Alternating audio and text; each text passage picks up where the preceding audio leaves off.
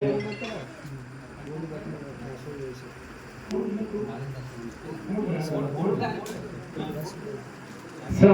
ಗುಡ್ಡು ಗ್ರಾಮದ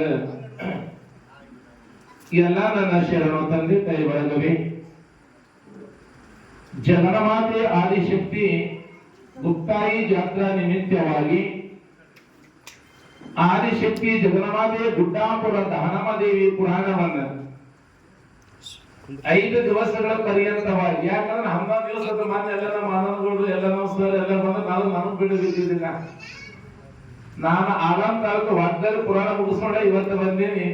ಆದ್ರೆ ನೈನ ಸಾವುಕಾರ ಹೇಳಿದಾಗ ಇವನಾರವ ಎಂದೆನಿಸದಾಗಿ ಇವ ನಮ್ಮವ ನಮ್ಮ ಮನೆಯ ಮಗನೆನಿಸು. ಹಾಗೆ ನಿಮ್ಮೂರಿನ ಮೊಮ್ಮಗಾಗಿ ನಿಮ್ಮೂರ ಹಳೆಯಾಗಿ ನಿಮ್ಮೂರು ಪುರಾಣ ಹೇಳ್ಕೊಂಡೆ ನಾನು.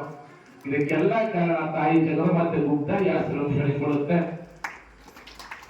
ಯಾವ ಇಲ್ಲಿ ತನಕ ನಮಗೆಲ್ಲ ಸನ್ಮಾನ ಮಾಡಿದ್ರಿ, ನಮ್ಮ ಗರ್ಭಾಯಿ ನರವು ತವಲಾಜು ಬಸವಣ್ಣ ಸನ್ಮಾನ ಮಾಡಿದ್ರಿ.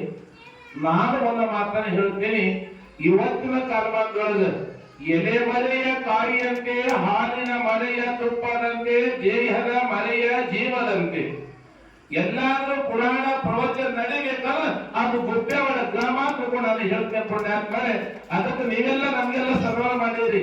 ನಾನೇನು ಮಾಡ್ತೇಪ್ಪ ಅಂತಂದ್ರೆ ಇಡೀ ಗುಪ್ಪೆಯವರ ಗ್ರಾಮ 5 ದಿವಸಗಳ ಪರ್ಯಂತವಾಗಿ ಅವಾಗೂ ಇವಾಗೂ ನಾನು ನನ್ನನ್ನು ಭೇದವಾಗಿಲ್ಲದೆ ಎಲ್ಲರೂ ಹೆಗಲಿ ಹೇಳ್ಕೊಂಡು ಪುರಾಣ ನಡೆಸ್ಕೊಂಡು ಹೋಗ್ಬೇಕಂತ ಇಡೀ ಗ್ರಾಮಕ್ಕೆ ನಾನು ಮಾಲಾರ್ಪಣೆ ಮಾಡ್ತಾ ಇದ್ದೆ. ಪುಣ್ಯ ಆಗ್ತಾರೆ.